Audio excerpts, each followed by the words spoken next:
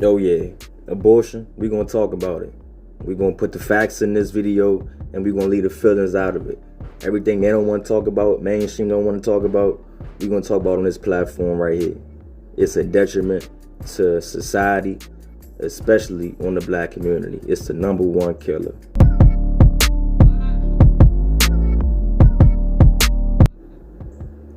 Yeah, so we're going to get into this real quick. I ain't got much time to waste, so I ain't going to waste yours.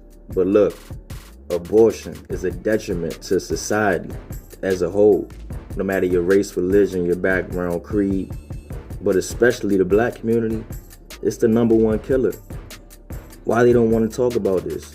It's killing us more than cancer, AIDS, that COVID situation, heart disease. I can go gun violence. I can go on and on and on.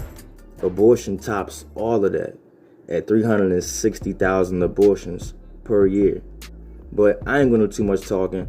I got a couple of clips I'm gonna roll. I'm gonna wrap it on up after that and be done. But look, first let's hear from this black pastor, this African American pastor, a real leader in the community. Here's testimony. Pastor Childress. Roll the film. Pastor Cleonard Howard Childress Jr. is senior pastor of New Calvary Baptist Church and assistant to the director at LEARN, the Life Education and Resource Network. He coined the phrase that the most dangerous place for an African American is in the womb. We go now to our interview with Pastor Childress to hear why. Well, first, it's not hyperbole. It's not a radical rant from a right-wing reverend. It is a sociological fact. 52% of all African-American pregnancies end in abortion, 1,786 a day. And since 1973, over 20 million African-Americans have been killed by abortion alone. So it is not anything to be used lightly. It is a sociological fact, and it's happening on our watch, and I'm grieved over that. And you are bringing that truth to the urban areas, speaking with young people. Tell us about your strategy and your technique. Well, first, with today's young people, just be honest, sincere, and tell the truth. Don't be afraid of the differences in the generations, but unquestionably, they need to know that they've been lied to. And they need to know that this is a great deception that's being played out. And unquestionably, they need to know that it's going to affect them for the rest of their lives. Institutions like Planned Parenthood are targeting African Americans, women, as well as men who are a part of the problem also. But when you have a situation where it's going to affect your children later on, it's going to affect your ability to have children, it's going to affect your psychological view, indeed, on life itself. 85% of women who have abortions have some type of psychological malady. And so there's a lot of pain in our pews, and the clergy need to step up and recognize those women are in your pews. You need to shepherd them and sound the alarm of what's happening at the rate of 1,786 a day. Yeah, so that was him right there. They don't want to tell you about the trauma, the PTSD these females go through after these procedures. They don't want to tell you about how it's over 1,000 of us getting aborted every day. How 20 million of us since 1973 Roe v. Wade, 20 million of us have been getting aborted out of the whole 60 million in all of U.S. 20 million blacks out of 60 million people in total. That's a whole lot of us being aborted since Roe v. Wade in 1973.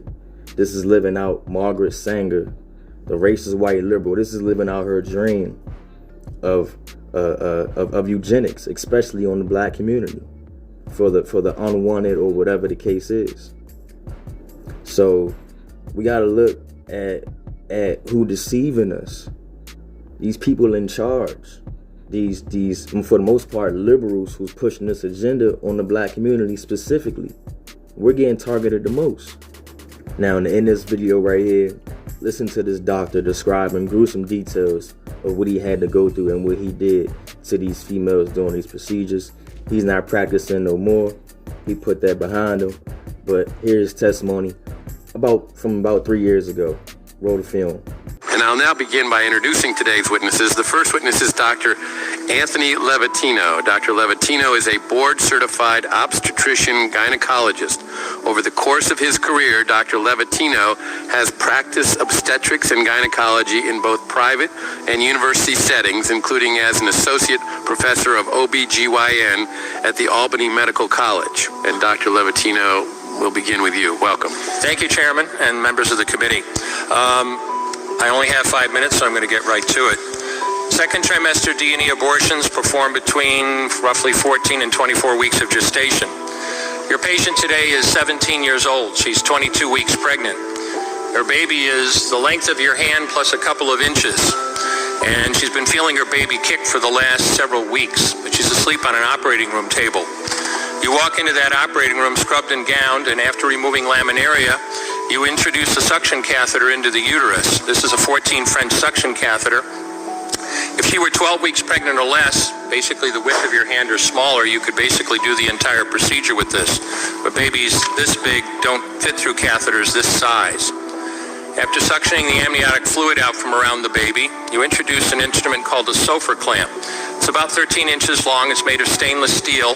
The business end of this clamp is about 2.5 inches long and 1/2 inch wide. There are rows of sharp teeth. This is a grasping instrument. When it gets a hold of something, it does not let go.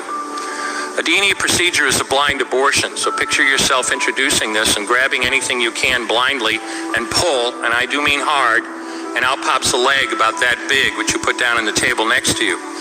Reach in again, pull out an arm about the same length, which you put down on the table next to you. And use this instrument again and again to tear out the spine, the intestines, the heart and lungs. Head on the baby that size is about the size of a large plum. Can't see it, but you pretty good idea you've got it if you've got your instrument around something and your fingers are spread about as far as they go. You know you did it right if you crush down on the instrument and white material runs out of the cervix. That was the baby's brains. Then you could pull out skull pieces. And you have a day like I had a lot of times. Sometimes the little face comes back and stares back at you. Congratulations, you just successfully performed a second trimester D&E abortion. You just affirmed her right to choose. So yeah, that 3 years ago, that pertains to today. That lives on forever right there. And he described it in them gruesome details because that's what you got to do. You got to take the limbs out, the arms, the legs, the head, just to make sure the woman can heal properly. You don't want any remnants of the baby still inside of the mom's or the female's womb, because then she could have complications down the road and might die herself. So these are the intricate details, and these are the gruesome details that happens and take place they don't talk about. So look, America as a society, over 60 million babies aborted since 1973. 20 million of those 60 million have been black babies. They could have been astronauts, scientists, teachers, firemen, policemen, doctors, cure cancer. Who knows? That's the reason why our population has been stagnant. The Hispanics have passed the black population because they don't necessarily believe in that abortion nonsense like we got brainwashed into believing it. So, end of the day, like I always say, it's not about race. Let's all come together and figure out who's the one trying to divide us. Let's come together. Let's stand for something before we fall for anything. And we need more leaders and less followers.